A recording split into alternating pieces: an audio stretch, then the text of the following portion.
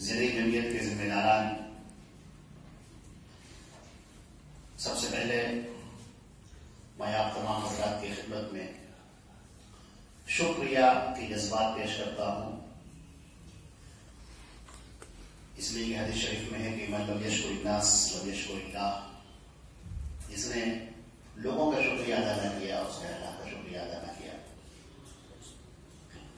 سب سے پہلے اللہ رب العزت کا شکر ہے اور اس کا احسان ہے کہ ایسے معزز شورا کے حضرات اور ایسے معزز اراکین ہمیں عطا فرمایا اللہ نے کہ جو دست و بازو بنے اور ایک ٹیم ورک کی شکل میں کام وجود میں آیا۔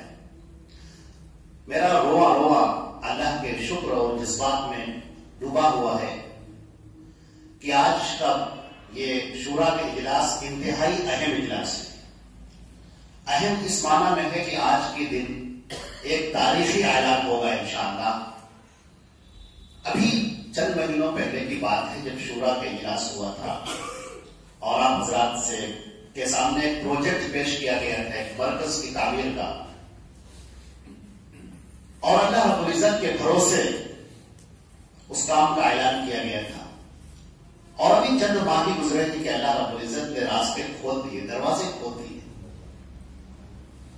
بلا شبہ اس میں آپ لوگوں کی آہ سحرگاہی کا اثر ہے، آپ لوگوں کی دعاؤں کا، تعاون کا یہ اثر ہے الحمدللہ۔ ابھی ہم جو اعلان کرنا ہے ابھی وہ اعلان نہیں کریں گے، ابھی ہم اپنے ساتھیوں کا انتظار کر رہے ہیں کہ وہ آ جائیں، اور اس کے بعد اس کی پوری تفصیل انشاءاللہ ہمارے ضلع جمعیت کے ناظم جناب ندیم صدیقی صاحب انشاءاللہ آپ کے سامنے اس کو پیش کریں گے۔ فی الحال آپ کے سامنے کچھ باتیں عرض کرنی۔ محمد مصطفیٰ صلی اللہ علیہ وسلم نے جب توحید کی دعوت پیش کی اور رسالت کی دعوت پیش کی تو پورا مکہ آپ کا دشمن ہو گیا، سارے لوگ آپ کے خلاف ہو گئے۔ خیر دعوت کا کام چلتا رہا، اور ایک وہ وقت آیا کہ اللہ نے حکم دیا کہ اے نبی اب آپ مدینے کی طرف ہجرت کر جائیں۔ چنانچہ اللہ کے نبی صلی اللہ علیہ وسلم مدینے کی طرف ہجرت فرما گئے۔ جب آپ مدینے پہنچ گئے وہاں پر مہاجرین اور انصار آپ کے سامنے ہیں۔ اب دیکھیے دو چیزیں حاصل ہیں، ایک چیز یہ ہے جو مہاجرین کی ہے، کام کرنے والے لوگ، محنت کرنے والے لوگ، اپنا گھر بار چھوڑ کر آنے والے لوگ، اور دوسری طرف انصار ہیں جو ان کی مدد کے لیے آگے آنے والے ہیں، ہر طریقے سے جذبہ، ہر طریقے سے قربانی پیش کرنے والے لوگ۔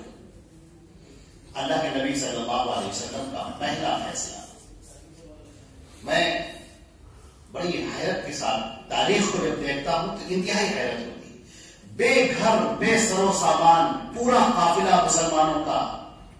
اللہ کے نبی جب مدینے کے اندر آتے ہیں تو یہاں پر آپ کی فکر کیا ہے؟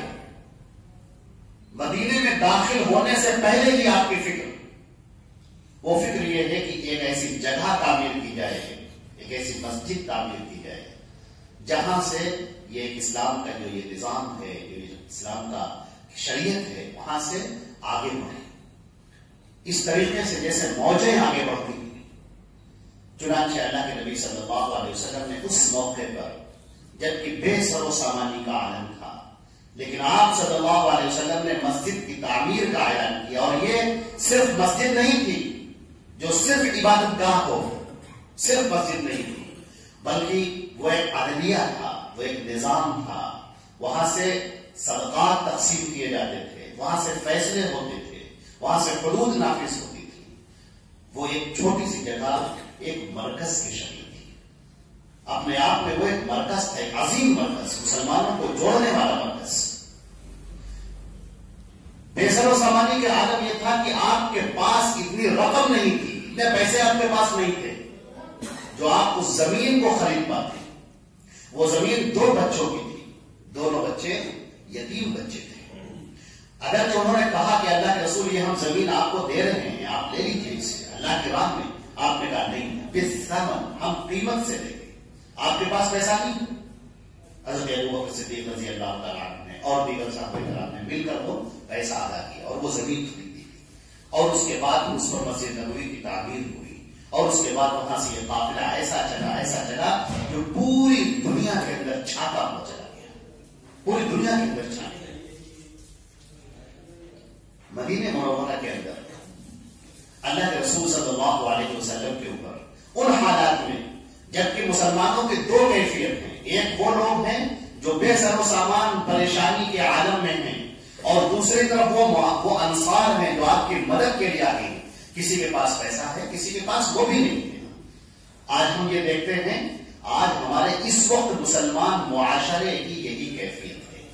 ہمارا جو اسلامی معاشرہ ہے اس وقت، جو مسلمانوں کا معاشرہ ہے، ہمارا آپ کا ہے، کسی کے پاس اللہ نے دولت دے رکھی ہے اور کوئی ہمارے یہاں پیسوں سے مجبور ہے۔ لیکن صحابہ کی ایک صفت جو ہمارے اندر، سب کے اندر ہم کو نظر آتی، سارے صحابہ میں، کہ وہ تمام کے تمام لوگ دین کے اوپر اپنے آپ کو قربان کرنے کے لیے تیار ہیں۔ الحمدللہ میں اللہ کا شکر ادا کرتا ہوں، اور بنا کسی ریاکاری کے اور بنا کسی اور مقصد کے تحت آپ کے ساتھ کرتا ہوں کہ الحمدللہ ہماری جو یہ ٹیم ہے، ہمارے جو اراکین ہیں، یہ شورا کے ہوں یا عاملہ کے ہوں یا ہماری زرعی جمعیتوں کے ذمہ داران ہیں، اب تک بڑی گہری نگاہ سے دیکھنے کے بعد بڑی یقین کے ساتھ الحمدللہ ہم یہ گواہی دے سکتے ہیں، کہہ سکتے ہیں کہ سب جو لگے ہوئے ہیں وہ صرف اللہ کے لیے لگے ہوئے ہیں۔ اپنا کوئی مقصد کسی کے پاس نہیں ہے، کسی کے پاس یہ نہیں ہے کہ وہ کچھ چاہتا ہو۔ ہر آدمی یہاں دینا چاہتا ہے، ہر آدمی یہاں لگنے والا ہے۔ کام کاج کو آپ لوگ چھوڑ کر آئے ہیں، بلا شبہ بہت کام کاج ہے، ذمہ داری ہے، اپنا پیسہ لگا کے آئے، اپنا وقت دے کر آئے، اور آپ لگاتے رہتے ہیں الحمدللہ۔ اس کا صلہ اللہ رب العزت عطا فرمائے گا۔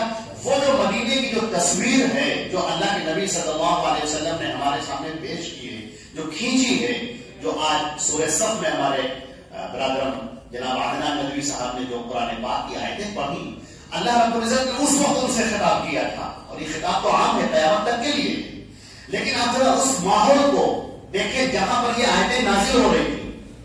مسلمانوں کے دو حصے، کچھ لوگ بیچارے پر دولت مند ہیں، جن کے پاس دولت ہے، کچھ تجارت میں لگے ہوئے ہیں، کچھ دولت کما رہے ہیں، کچھ بازاروں میں ہیں، اور کچھ وہ ہیں جو علم حاصل کرنے کے لیے لگے ہوئے ہیں، کچھ وہ ہیں جو بیچارے پریشان حال ہیں، جن کے پاس افلاس ہے، فقر ان کے اوپر مسلط ہے، لیکن فکر سب کی ایک ہی۔ اب دیکھیے قرآن پاک نے کس طرح سے ان سب کو مخاطب کرتے ہوئے کہا، اعوذ باللہ من الشیطان الرجیم، یا ایھا الذین آمنوا هل ادلکم علی تجارۃ تنجیکم من عذاب الیم۔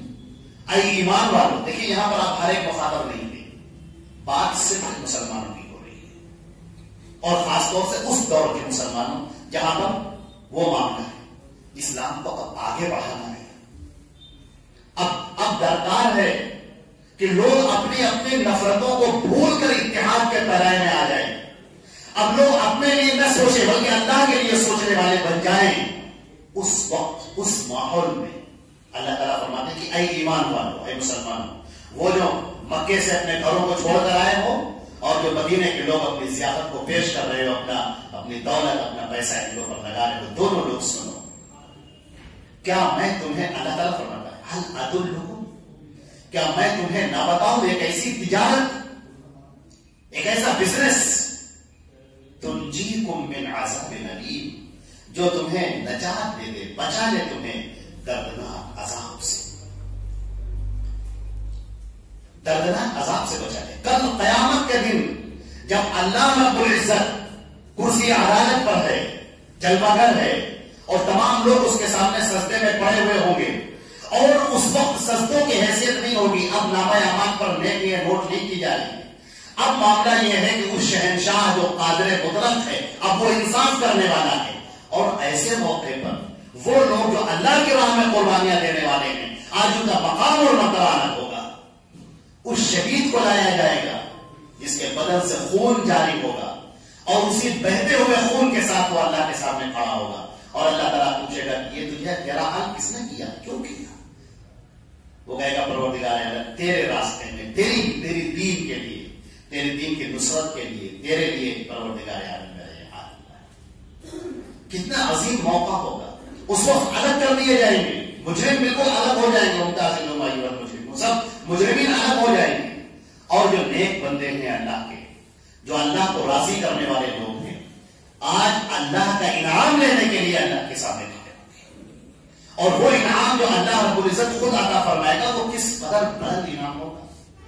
اللہ تعالیٰ فرماتا ہے کیا میں تمہیں ایسی تجارت نہ بتاؤں، ایک ایسی تجارت کر لو ہر ایک اس میں شریک ہو جائے جو تمہیں کل قیامت کے دن کے دردناک عذاب سے بچا لے، رسوائیوں سے بچا لے، ذلتوں سے بچا لے، سرعام لوگوں کے سامنے جو عیب کھول کھول کر پیش کیے جا رہے ہیں، سب کا نامہ اعمال الٹ الٹ کر پیش کیا جا رہا ہے، اور ایسے موقع پر تم مومنین صادقین موحدین مجاہدین تم وہ لوگ کہ تمہارے عیبوں کے اللہ پردہ پوشی کر دے گا، ان عیبوں کے اوپر اللہ پردہ ڈال دے گا، اس لیے کہ تم اللہ کے لیے آگے بڑھنے والے تھے، اس لیے کہ تم اللہ کے لیے دین اسلام کے نصرت کے لیے اپنے آپ کو لگا دینے والے تھے، اپنا یہ تن، اپنی جان، اپنا مال سب اللہ کے نام ہے، تمہاری فکریں اسی میں تھی کہ دین اسلام کی سربلندی کیسے ہو، اللہ کی پسند۔ ایک وہ شخص جو رات میں عبادت کرنے والا ہے، اور ایک وہ شخص جو صرف رات پہ لیٹ کر یہ سوچ رہا ہے کہ پروردگار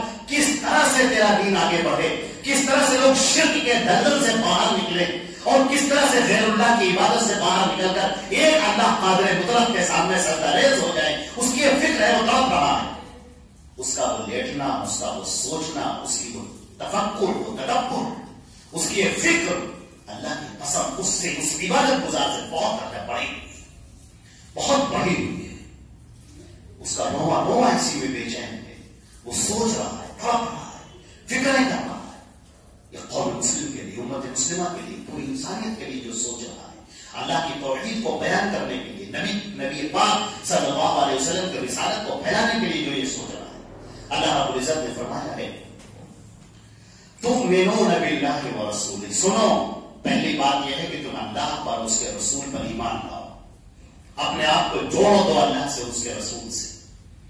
اس ایک لفظ کا مطلب آپ سمجھتے ہیں؟ آنا ہے جو وادی جانا میں پندار خودی کو توڑ گیا، ہر ایک سے رشتے کو کاٹ گیا، اللہ اور رسول کے ساتھ جو تمہارا تعلق ہے، یہ تعلق سب سے بھاری، یہ تعلق سب پر بھاری، یہ تعلق ہر ایک سے اوپر، تم اللہ اور اس کے رسول سے جڑ جاؤ، اور تمہارا اللہ اور اس کے رسول سے جڑ جانے کا مطلب یہ ہے کہ باقی سارے تعلقات سب پھیکے پڑ گئے، ہر ایک سے رشتہ کاٹ کے جب آپ آئے ہیں اور اللہ کے ساتھ جڑ گئے، اس کے رسول کے ساتھ میں جڑ گئے۔ اللہ کے نبی صلی اللہ علیہ وسلم نے فرمایا ہے کہ جو قیامت کے قریب کے دن ہوں گے ان میں ایمان کو بچانا اس قدر مشکل ہوگا کہ قابض جمرۃ علی یدہ، جیسے ہتھیلی کے اوپر انگارہ رکھنا، جسے شعلہ اپنے ہاتھوں کے اوپر کوئی رکھے، اس قدر دقتیں ہوں گی، مسلمانوں کو دقت مسلمانوں کے اندر ہوں گی، مسلمانوں کی دقت مسلم معاشرے کے اندر ہوں گی۔ وہ حضرت لوط علیہ السلام تھے کہ جب انہوں نے نیکی کی دعوت پیش کی تو کفار کہہ اٹھے کہ بھگاؤ ان کو، یہ ہمارے درمیان میں کہاں سے آ گئے۔ اب مسلمانوں کے درمیان ہی مسلمان اجنبی ہو جائیں گے اور وہ کہیں گے بھگاؤ ان کو، کہاں سے آ گئے یہ ہمارے بیچ میں، یہ کون سی باتیں لے کر آ گئے۔ آپ اللہ کی دعوت پیش کریں گے، آپ رسول کی دعوت پیش کریں گے، اور لوگ آپ کے دشمن بنیں گے، لوگ آپ سے ناطے توڑیں گے، لوگ آپ کا مذاق اڑائیں گے، لوگ آپ کا استہزاء کریں گے، لوگ آپ کی ہنسی اڑائیں گے، طرح طرح سے پریشان کرنے کی کوشش کریں گے، لیکن تم جمے رہنا۔ اگر تم نے اپنے آپ کو جوڑ رکھا ہے اللہ سے اور اس کے رسول سے تو بہت بڑی طاقت سے تم وابستہ ہو گئے ہو، انتہائی طاقت سے تم وابستہ ہو گئے ہو۔ تمہارے دل کو اللہ باندھ دے گا، مضبوطی اللہ تمہیں عطا کرے گا، استقامت کی راہیں اللہ تمہارے لیے آسان کرے گا، راہوں کو کھول دے گا تمہارے لیے۔ تم کو پتہ نہیں ہوگا کہ اللہ کی رحمتیں کس قدر تم پر برس رہی ہیں، تمہیں خود اس کا احساس نہیں ہوگا۔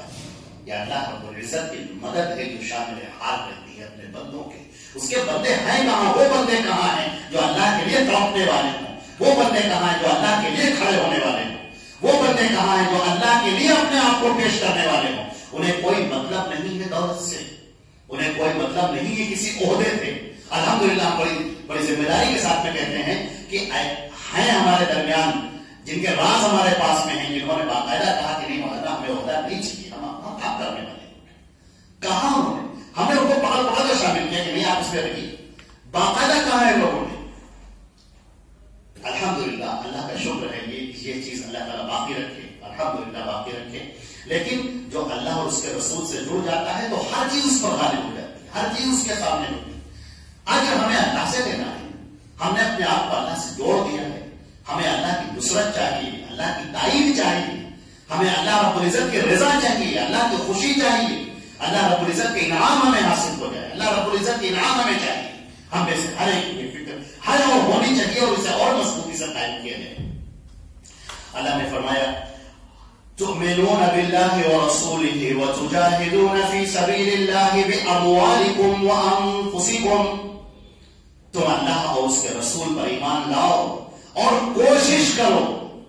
یہ جو تجاہدون کا لفظ ہے مجاہدہ، یہ لفظ جہد سے بنا ہے جس کے معنی کوشش کرنے کے آتے ہیں. ٹرائنگ ایٹ موسٹ یعنی بالکل انتہا کرنے کی کوشش کرنا، جو تم سے ہو سکتا ہے وہ پیش کرنا.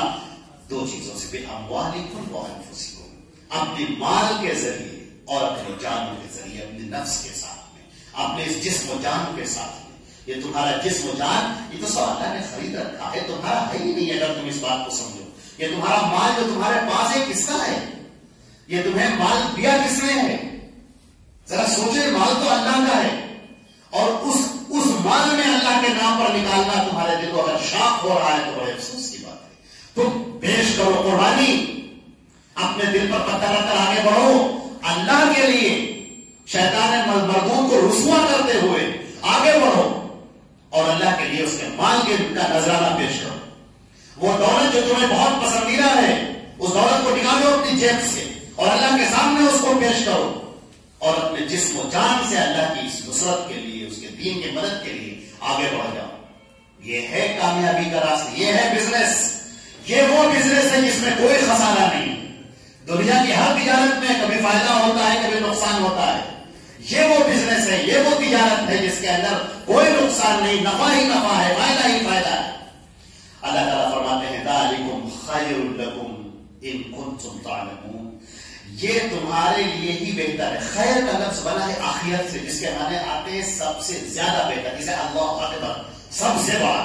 اسی طریقے سے خیر کے معنی آتے ہیں سب سے بہتر، ہر ایک چیز سے بہتر ہے. آگے اللہ نے فرمایا لو کنتم تعلمون، شاید کہ تم اس بات کو سمجھ سکو، کاش کہ تم اس بات کو سمجھ سکو. تم تو اس زندگی میں جی رہے ہو، حال میں جی رہے ہو، مستقبل کا تو تمہیں پتا ہی نہیں ہے. مرنے کے بعد کی جو زندگی آنے والی ہے ابھی تمہیں اسے پتا ہی نہیں ہے، وہ تمہاری آنکھوں نے بھی دیکھا ہی نہیں ہے. وہ منظر اگر تم دیکھ لو جس وقت اللہ رب العزت انعام دے رہا ہوگا اپنے بندوں کو، اپنے لیے کام کرنے والوں کو، اس منظر کو اگر تم دیکھ لو تو اللہ کی قسم تمہارا زمین اس دنیا میں رہنا مشکل ہو جائے. یہ دنیا تمہیں قید خانہ لگنے لگے، یہ مال تمہارے لیے بوجھ بن جائے اور تم کو اپنے آپ کی اتنی زیادہ ہو جائے کہ ہم کس طرح اللہ کے اوپر قربان کرتے ہیں. جیسا کہ ایک صحابی رسول نے کہا تھا، حضرت حذیفہ بن یمان رضی اللہ تعالیٰ عنہ نے کہا تھا، جب ان کے ساتھیوں کو گرفتار کر لیا گیا، کچھ لوگ تھے ان کو گرفتار کر لیا گیا دشمنوں نے، اور آگ سلگائی گئی، اس پر تیل رکھا گیا جو تیل کھولتا ہے، اور ایک ساتھی کو پکڑا گیا، ان کو اس کے اندر ڈال دیا گیا، دوسرے کو پکڑا گیا، اس کے اندر ڈال دیا گیا. آخر کار وہ جو بادشاہ تھا، اس نے گورنر تھا، وہ حضرت حذیفہ جو امیر تھے اس کے پورے لشکر کے، ان سے کہا کہ اگر تم اللہ اور اس کے رسول کو چھوڑ دو تو ہم تمہارے سارے لوگوں کو چھوڑ دیں گے. انہوں نے کہا نہیں، ہم اللہ اور اس کے رسول کو نہیں چھوڑ سکتے. کہا نہیں، دین میں واپس آ جاؤ، ہمارے جو دین تھا جو ہمارا اس میں واپس آ جاؤ، اسلام کو چھوڑو. نے کہا ہم ہرگز واپس نہیں آئیں گے. اس نے کہا اچھا تو پھر ہم تمہیں اس کھولتے ہوئے تیل میں ڈال دیں گے. انہوں نے کہا ڈال، کوئی بات نہیں.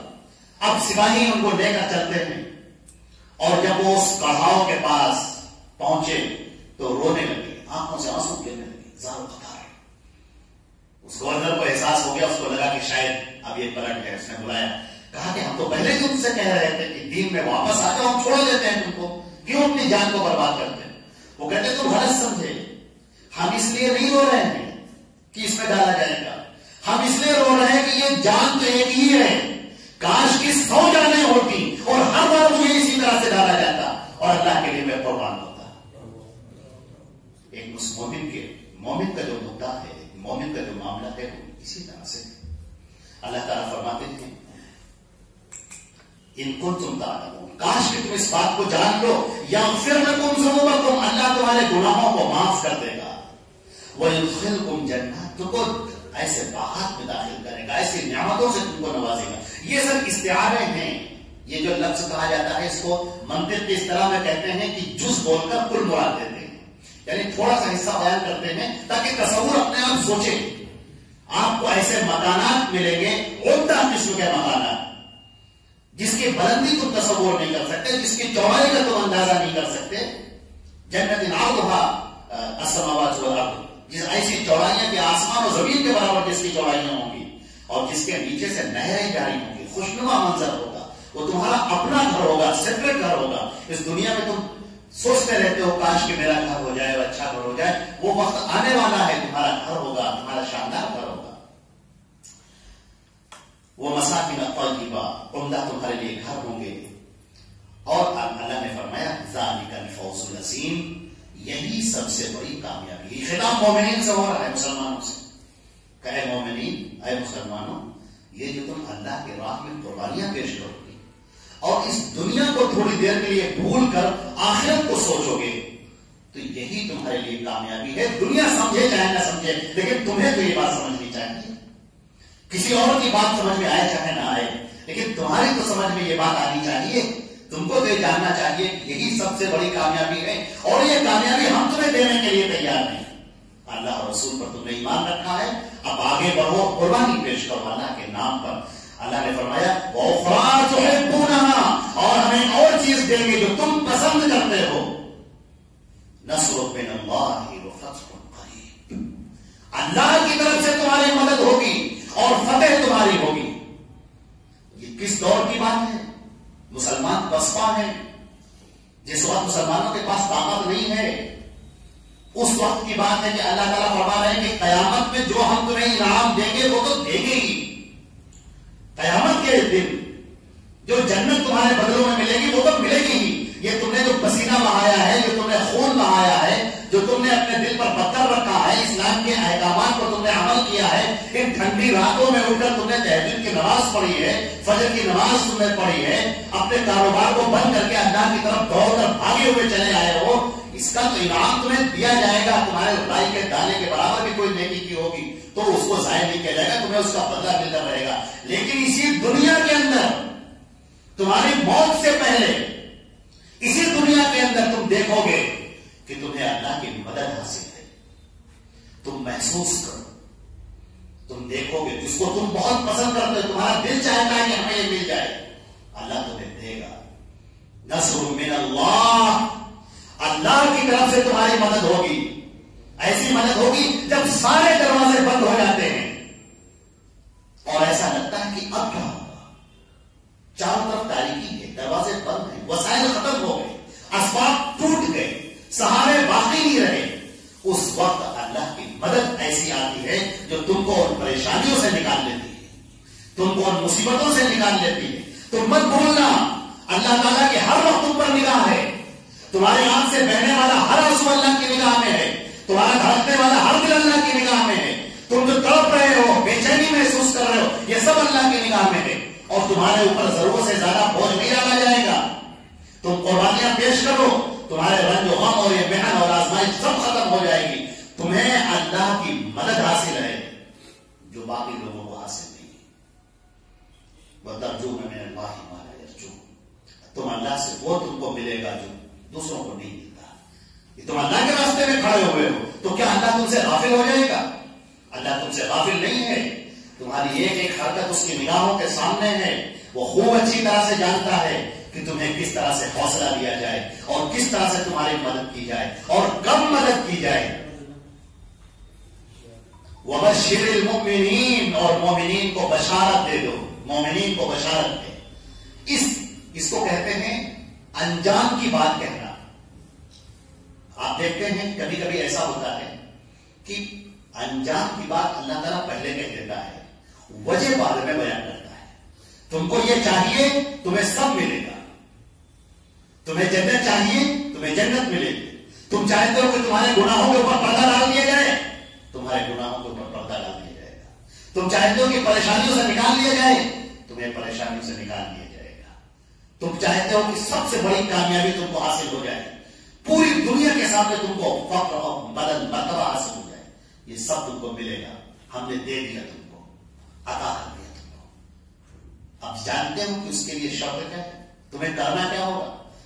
یا ایھا الذین آمنوا کونوا انصار اللہ، اے ایمان والو اللہ کے مددگار بن جاؤ. اللہ اکبر. یہ جو الفاظ ہیں یہ شفقت میں ڈوبے ہوئے الفاظ ہیں، یہ محبت میں ڈوبے ہوئے الفاظ ہیں.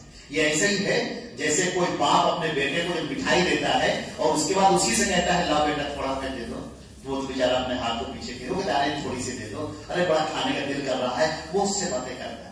اللہ کو کس کی مدد کی ضرورت ہے؟ پوری کائنات کو لب سے کن سے پیدا کر دینے والا، ساتوں آسمانوں اور زمینوں کو لب سے کن سے پیدا کر دینے والا. لیکن یہ شفقت اور انتہائی محبت کا یہ انتہائی درجہ ہے کہ اے مومنین ہم چاہتے ہیں کہ تمہیں عطا کریں، لیکن تم بھی کرو، کھڑے ہو جاؤ، تم ہماری مدد کے لیے آگے آ جاؤ، میری مدد کرو. تم کون انصار اللہ، میری مدد کرو. ان تنصروا اللہ ینصرکم ویثبت اقدامکم. تم اللہ کی مدد کرو گے، اللہ تمہاری مدد کرے گا، تمہارے قدموں کو جمع دے گا.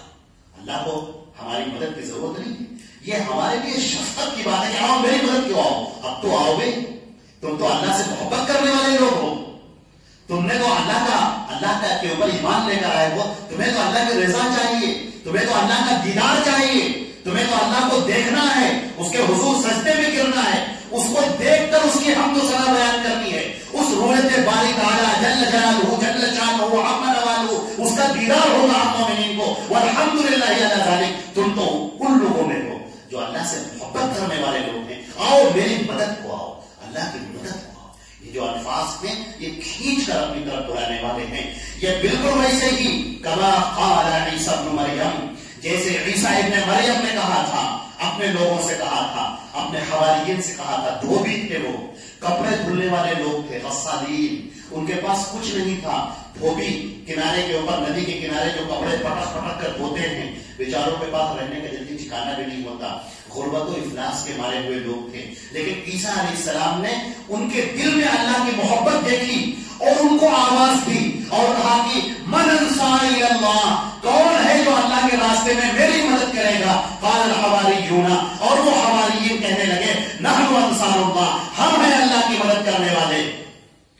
فآمنت طائفۃ من بنی اسرائیل، اللہ نے کہا یہ بنی اسرائیل کے لوگ، اللہ نے یہاں پر بھی ان کی بڑی محبت سے ان کا تذکرہ کیا ہے کہ وہ لوگ ایمان لے کر آئے. وکفرت طائفہ، اور کچھ لوگوں نے تو کفر کی روش اختیار کی. فأيد، یہی پر سورہ ختم ہو رہی ہے. فأيدنا الذين آمنوا على عدوهم، پھر ہم نے مدد کی ان لوگوں کی جو ہم پر ایمان لائے تھے ان کے تمام دشمنوں کے خلاف. فأصبحوا ظاہرین، اور وہ سب پر غالب آ گئے.